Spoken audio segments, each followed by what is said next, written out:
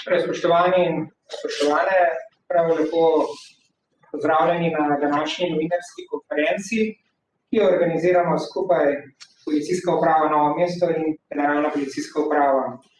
Na njej bomo danes predstavili obsežno kriminalistično preiskavo gospodarskih kaznivih dejanj, poškodovanja upnikov, kršitve pravic iz delovnega razmerja, davčnih zatajitev in tudi kaznivih dejanj, ki so povezana z vzdrževanjem družin in zlorabami socialnih transferjev. Vaša sogovornika danes bosta gospod France Božičnik, vodja sektorja kriminalistične policije na Policijski upravi Novo mesto, in Dragan Bolnar, vodja oddelka za poslovni in javni sektor v upravi kriminalistične policije na Generalni policijski upravi. Na začetku bosta predstavila vsak svoj del, potem bomo pa na razpolago za novinarsko vprašanje, pri čemer vas vljudno prosimo, če lahko spoštujete pravila in postopek, ki smo ga vam opisali v poslanem vabilu.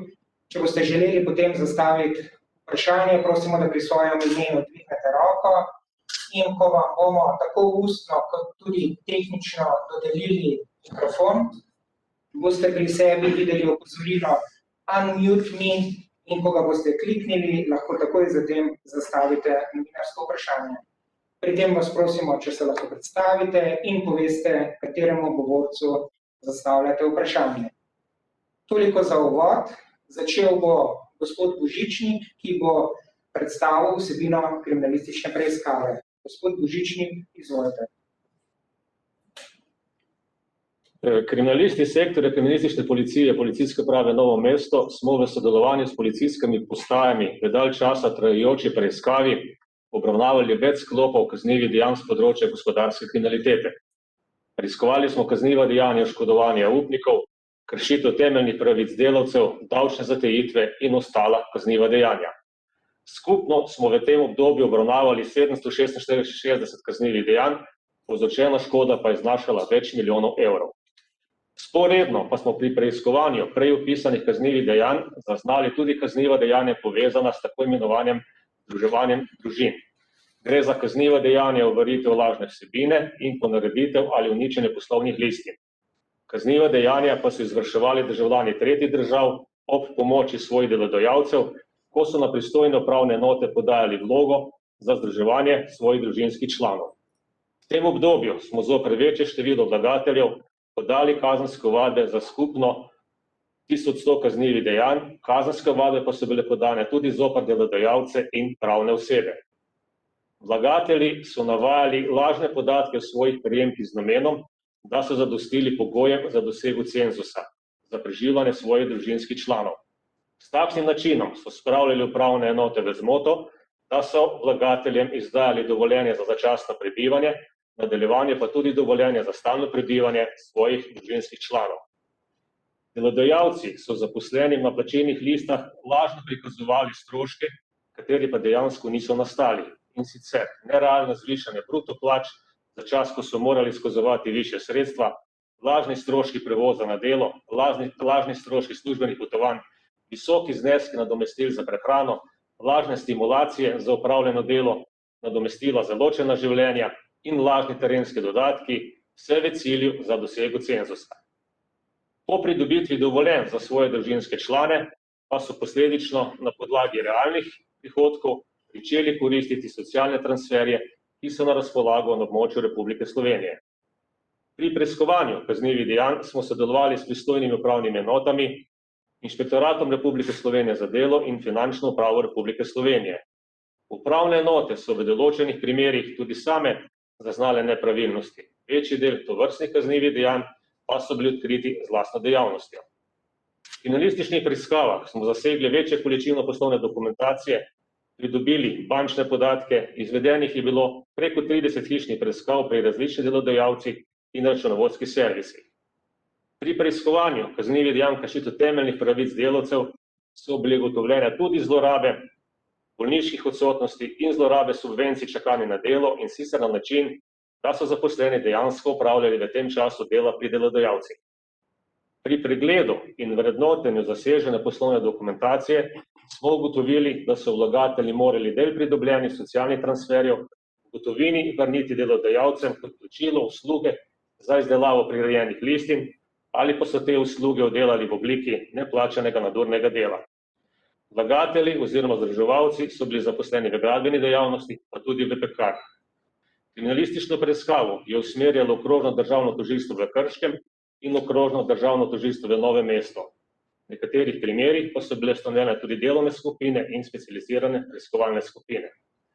Po Kazenskem zakoniku je za kaznivo dejanje povrnitev lažne vsebine zagrožena kazen zapora do 3 let, za kaznivo dejanje ponareditev ali uničenje poslovnih listin do 2 let, za kaznivo dejanje škodovanja upnikov kazen zapora do 8 let, za kaznivo dejanje kršitev temeljnih pravic delavcev je zagrožena kazen zapora do 5 let plus denarna kazen in za kaznivo dejanje davčne zatajitve je zagrožena kazen zapora do 8 let.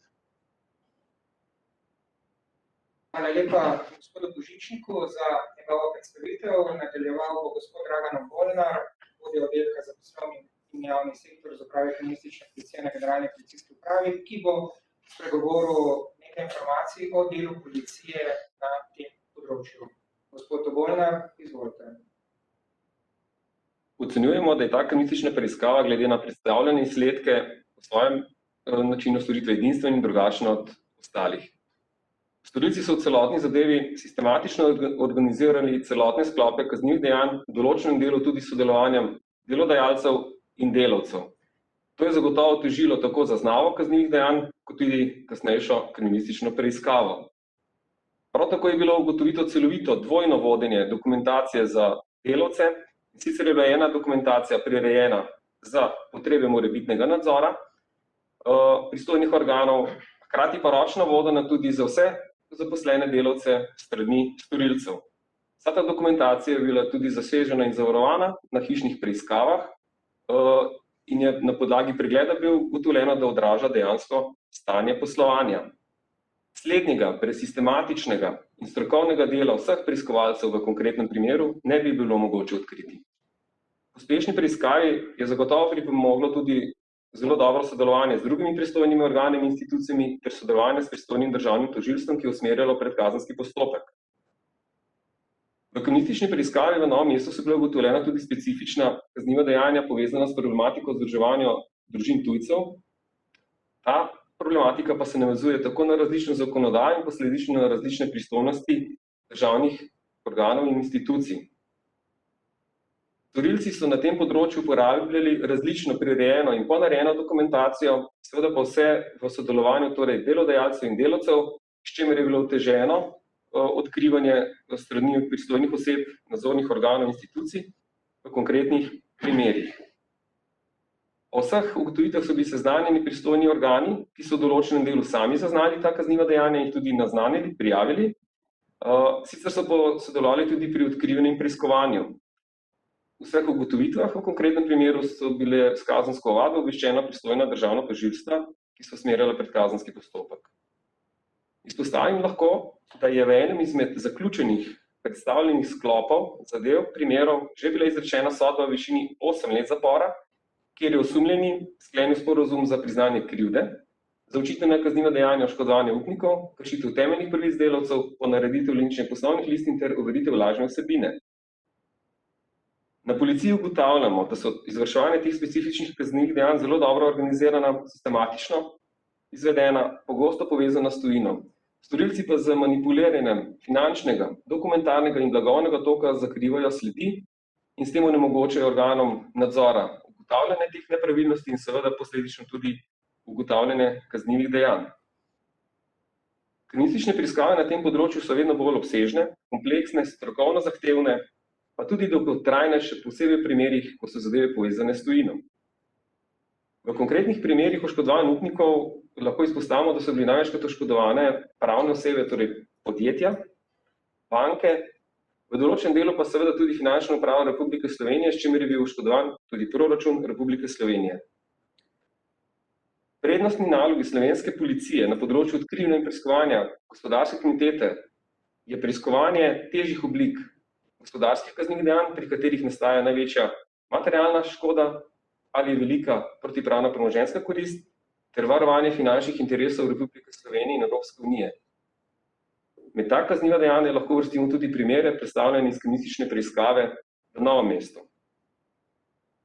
V policiji z namenom učinkovitejšega dela dajemo velik poudarek tudi usposabljanju, v katero vključujemo zunanje strokovnjake, druge organe in tudi pristojna tožilstva. Poseben poudarek dajemo tudi medresorskemu sodelovanju med policijo, pristojnim organi in tožilstvom, kar se pa še posebej dobro kaže tudi v obliki preiskav, torej specializiranih preiskovalnih skupinah, kot je bilo tudi v primeru v Novem mestu. Za primerjavo nekaj statističnih podatkov od 2015 za področje gospodarske kriminalitete, slovenska policija je v obdobju od 2015 do 2020 obravnavala več kot 55.000 kaznivih dejanj za skupno materialno škodo preko 2 milijardi evrov. Med kaznivimi dejanji, ki smo jih danes predstavljali, je bilo na primer v tem istem obdobju obravnavano 209 kaznivih dejanj oškodovanih upnikov za materialno škodo preko 109 milijonov evrov, 12.600 in več kaznivih dejanj kršitev temeljnih pravic delavcev za materialno škodo preko 48 milijonov evrov, več kot 3.000 ponareditev in uničenja poslovnih listin, več kot 2.200 kaznivih dejanj ureditev lažnih vsebin in v istem obdobju tudi 605 kaznivih dejanj davčnih zatajitev za materialno škodo preko 113 milijonov evrov. Med temi bi izpostavil, da so v zadnjem obdobju v porastu zaznana in tudi v zvezi s tem izvedeni predkazenski postopki ter podane ovadbe v porastu kazniva dejanja davčnih zatajitev. Izpostavim še lahko, da so za ta kazniva dejanja odgovorna tako pravne osebe kot fizične osebe. Pravne osebe odgovarjajo na podlagi zakona o odgovornosti pravnih oseb za kazniva dejanja. Slovenska policija bo tudi v prihodnje v okviru pristojnosti in v sodelovanju z vsemi pristojnimi organi temu področju kaznivih dejanj posvečala posebno pozornost in v primeru zaznanih razlogov za sum izvedla tudi celovite kriminalistične preiskave. Hvala lepa gospodu Obolnerju. Zdaj bosta oba govorca na razpolago za vaša vprašanja. Če še enkrat povzamem, če želite besedo za novinarsko vprašanje, prosimo, da dvignete roko pri svojem imenu. Poimenoval bom novinarja, kateremu bomo dodelili mikrofon in s pritiskom na gumb Unmute Me lahko pristopite k vprašanju. Prosimo vas, da se predstavite in poveste, kateremu govorcu zastavljate vprašanje. Prvo vprašanje bo zastavila gospa Petra Držaj. Izvolite. Pozdravljeni, Petra Držaj, Televizija Slovenija. Morda lahko poveste vsaj nekaj podrobnosti, koliko oseb je bilo tukaj, ne vem, če sem preslišala, ovadenih v tej igri, pri vseh teh zadevah, koliko družin mogoče, da bomo imeli tako sliko, za kakšno obsežnost to gre. Obravnavanih je bilo večje število vlagateljev. Vsi pa vemo, da vlagatelji, ki prihajajo iz tretjih držav, njihove družine so številčnejše, tako da o točni številki ne bi moral govoriti. Dejstvo pa je, da je bilo ovadenih večje število oseb. Lahko pa izpostavim, da so bile 4 večje zadeve obravnavane na območju Posavja, kjer je bilo večje število vlagateljev ovadenih, ena pa na območju Dolenjske in Bele krajine. Naslednje vprašanje bo zastavila gospa Manca Turk. Izvolite.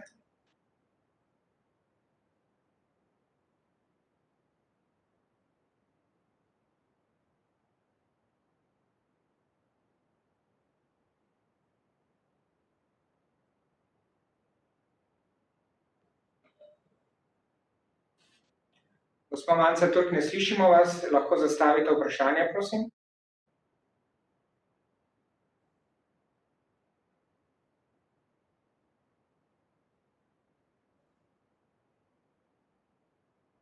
Bomo dali besedo Mitja Felc. Izvolite za naslednje vprašanje. Ja, lep pozdrav, Mitja Felc, Delo. Jaz imam pa čisto samo eno vprašanje, in sicer gre za dalj trajajočo preiskavo, pa me mogoče samo zanima časovni okvir, nekaj mesecev, nekaj let ali koliko časa približno? Prve preiskave so se nekje pričele v letu 2015 in so trajale 2016-2017. Zadnja preiskava je bila zaključena konec meseca septembra leta 2020. Hvala. Če je še kakšno vprašanje, vas prosim za dvig roke. Naslednje vprašanje bo zastavil Peter Lušin. Izvolite.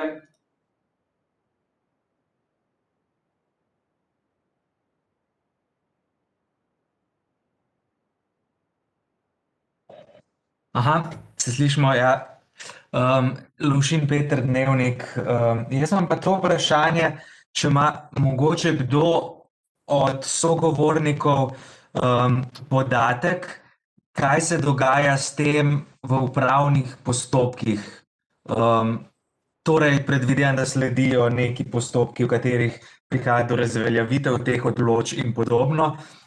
Pa če imate ta podatek, je treba v tem primeru čakati na pravnomočne obsodbe, ali se to že kaj prej lahko reši. Pa tudi jaz bi še ponovil vprašanje, vsaj glede števila osumljencev bi bilo zelo fino, če bi lahko dobili konkretno številko, pa glede premoženjske koristi tudi.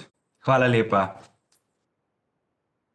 Kar se tiče o številki osumljencev, lahko govorimo, da gre za preko 60 vlagateljev in 6 pravnih oseb. Kar se pa tiče glede upravnih postopkov, kjer policija ni vpletena v izdajo dovoljenj za začasno oziroma stalno prebivanje, policija pride nekje v sistemu odločanja takrat, ko upravna enota posumi v neke nepravilnosti, in sicer v to, da bi lahko vlagatelj bil povezan z kršitvami javnega reda in miru, oziroma da se ne bo podrejal pravnemu redu Republike Slovenije. Seveda policija te podatke posreduje upravnim enotam in potem je odločitev na upravni enoti, ali te naše usmeritve upošteva ali pa ne. Seveda pa v vseh podanih kazenskih ovadbah, ki smo jih podali v opisanih primerih, so bile pa upravne enote obveščene o zaključenih zadevah. Vsekakor pa povratne informacije o tem, ali je bilo kakšno dovoljenje razveljavljeno ali ni bilo razveljavljeno, nimamo. Dejstvo pa je, ko upravna enota v upravnem postopku razveljavi dovoljenje, potem obvešča policijo.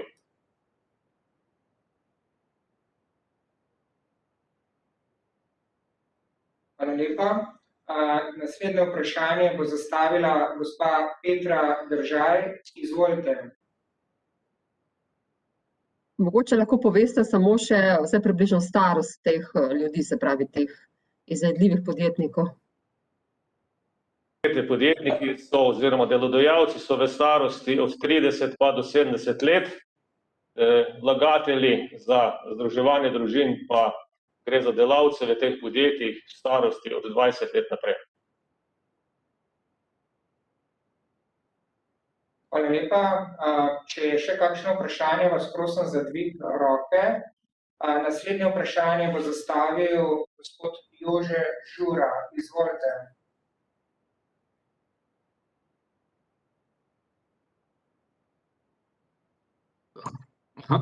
Pozdravljeni. Mene pa samo še zanima, ali sem morda prej preslišal, koliko je bila dejanska škoda v tem primeru teh preiskav od leta 2015 oziroma koliko je bil državni proračun oškodovan. Hvala.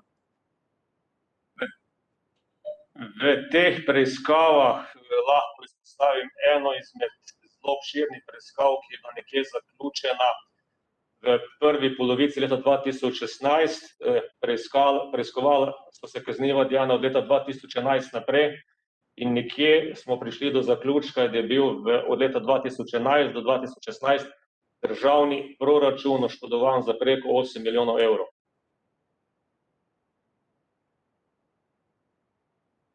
Hvala lepa.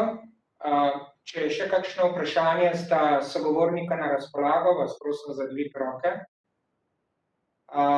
Manca Turk bo zastavila naslednje vprašanje. Izvolite.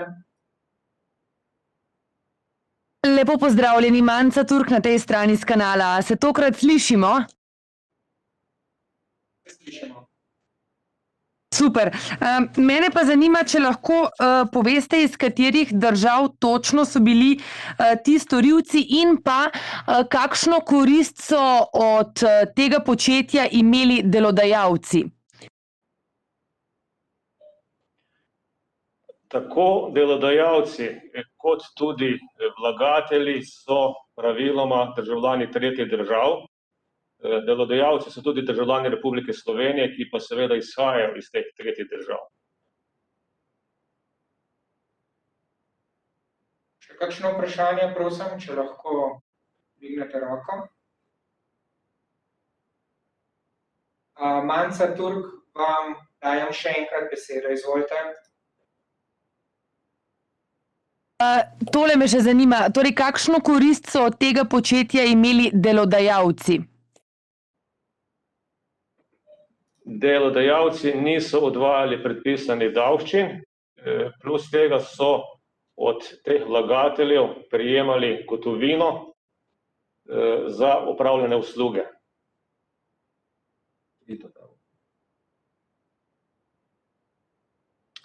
Bi dopolnil kolega z Novega mesta.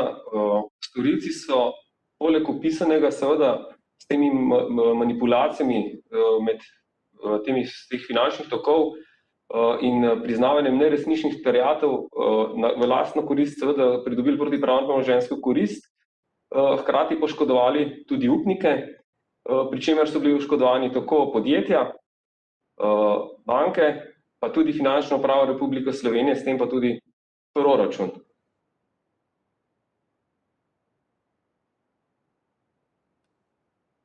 Če lahko dopolnim še kolega, s tem, ker niso plačevali prispevkov tako v socialne in pokojninsko blagajno, kako tudi ostalih davščin, so seveda lahko te zadeve vkalkulirali v svoje ponudbe in so s tem tudi rušili zdravo konkurenco na trgu. Hvala lepa. Naslednje vprašanje bo zastavila Petra Držaj. Izvolite. Ali lahko potrdite ugibanja, da gre tukaj za družine oziroma podjetnike s Kosova? Lahko potrdimo. Naslednje vprašanje bo zastavila Manca Turk. Izvolite.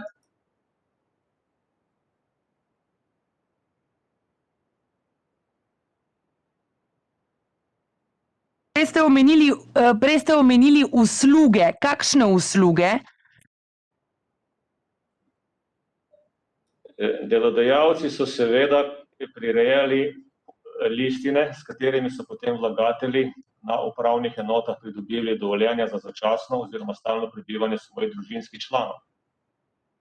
Gre za zaposlene v gospodarskih dejavnostih, predvsem v gradbeništvu, kjer vemo, da so plače minimalne.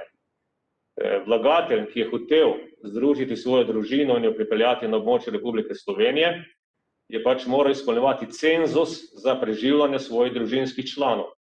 Ker z minimalno plačo tega cenzusa ni dosegel, se je v dogovoru z delodajalcem dogovoril, da mu je delodajalec ponaredil oziroma priredil plačilne liste, iz katerih je bilo potem razvidno, da dosega cenzus in na podlagi tako prirejenih listin mu je bilo odobreno dovoljenje za začasno oziroma stalno bivanje svojih družinskih članov. Hvala lepa. Je še kakšno vprašanje morda? Če je, vas prosim za dvig roke.